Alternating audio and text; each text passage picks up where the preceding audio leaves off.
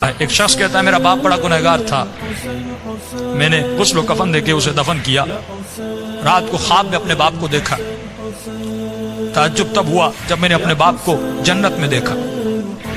میں نے کہا بابا آپ تو بڑے گنہگار تھے، آپ تو بڑے خطا کار تھے، آپ جنت میں کیا کر رہے ہیں؟ اس نے کہا میرے لال 3 دن تک میری قبر میں آگ جل رہی تھی، 3 دن تک مجھ پر فشار قبر عذاب قبر میں مبتلا تھا، لیکن 3 دن کے بعد کچھ قبریں چھوڑ کر ایک نیک خاتون کو دفن کیا گیا، جس کی آنے کے بعد پورے قبرستان میں جن جن پہ عذاب ہو رہا تھا ان پر اللہ کی رحمتیں نازل ہونے لگیں۔ فرمایا نور برس رہا تھا۔ کہا بابا یہ کیسا نور تھا؟ کہا جیسے اس کو دفن کیا پہلی رات بھی، دوسری رات بھی، تیسری رات بھی اس کی قبر میں حسین ابن علی آتے تھے۔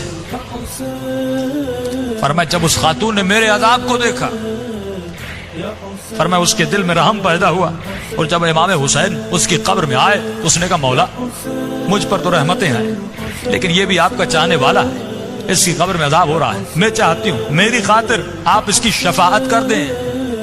کہ اس وقت امام نے دعا کے لیے ہاتھوں کو بلند کیا، میرا عذاب ختم ہوا۔ کہ بابا وہ خاتون کون سی تھی؟ کہ اس کا نام یہ تھا، اس کے شوہر کا نام یہ ہے، فلاں محلے میں رہتی تھی۔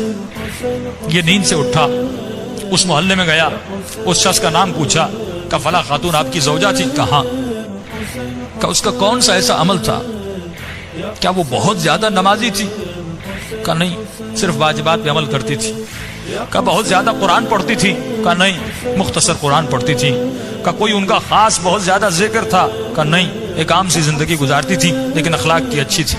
اس نے کہا اتنا پوچھ کیوں رہے ہو؟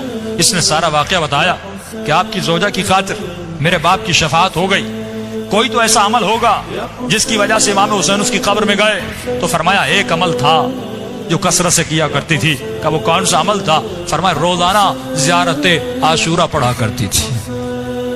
یہ مقام اذکرونی اذکرکم ہے کہ ہمارے چاہنے والوں تم ہمیں یاد کرو، ہم تمہیں یاد کریں گے۔